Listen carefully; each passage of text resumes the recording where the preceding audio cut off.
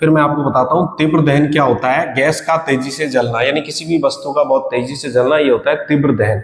फिर है स्वतः दहन, फास्फोरस जो होता है वो कमरे के ताप पे क्या स्वतः ही आपके जलने लगता है, इसे कहते हैं स्वतः दहन। फिर तीसरा है आपका विस्फोटक, जो फटाके वगैरह होते हैं या बारूद या बम वगैरह होते हैं, उष्मा, प्रकाश और ध्वनि ये बहुत जल्दी उत्पन्न करते हैं। फिर है ज्वाला। ज्वाला दो प्रकार की यहाँ पे कलर के आधार पर बताइए आपकी। मोमबत्ती या दीपक हमारे घर में हम जो जलाते हैं उसकी ज्वाला हमेशा हमें पीली दिखाई देती है, जबकि एलपीजी सिलेंडर की जो ज्वाला होती है, जो हमारा गैस चूल्हा है, उसमें आप हमेशा देखना कि आपको नीली ज्वाला उत्पन्न होती हुई दिखाई देगी। दहन के समय जो वाष्पित होते हैं वे ज्वाला का निर्माण करते हैं, यानी कि दहन जब हो रहा है, कोई वस्तु जल रही है तो जो वाष्पन हो रहा है उस समय ज्वाला का निर्माण होता है। फिर हम देखते हैं ईंधन। तो ईंधन दहन से उष्मा और ऊर्जा उत्पन्न करता है।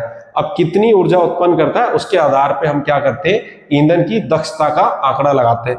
तो ईंधन की दक्षता क्या होती है कि कोई ईंधन हमारे पास 1 किलो है और उसके पूर्ण दहन से हमें कितनी ऊर्जा यानी कितनी उष्मा ऊर्जा की मात्रा प्राप्त हुई, उसे हम उसका क्या कहते हैं, उष्मीय मान कहते हैं, जो होता है आपके किलो जूल प्रति केजी।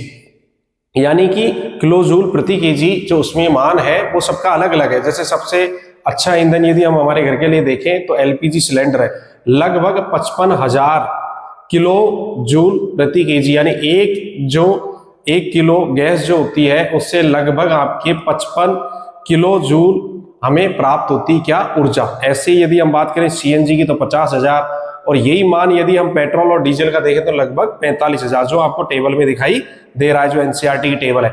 इसके अलावा यदि हम लकड़ी में देखें या कोयले में देखें तो मान क्या होते हैं, लगातार घटते चले जाते हैं। कोयले में लगभग 20 से या आपके और भी कम 33,000 तक चले जाता है। लकड़ी का हम देखें तो 17 से 22,000 के आसपास। और यदि हम जो गोबर से जो कंडे बनाए जाते हैं, उपले जो बनाए जाते हैं, उनका यदि हम देखें तो लगभग 7 से 8,000 के बीच होता है। तो उसमें मान जैसे जैसे घटेगा ईंधन की गुणवत्ता वैसे वैसे घटेगी, उसमें और पदार्थ मिलते जाएंगे।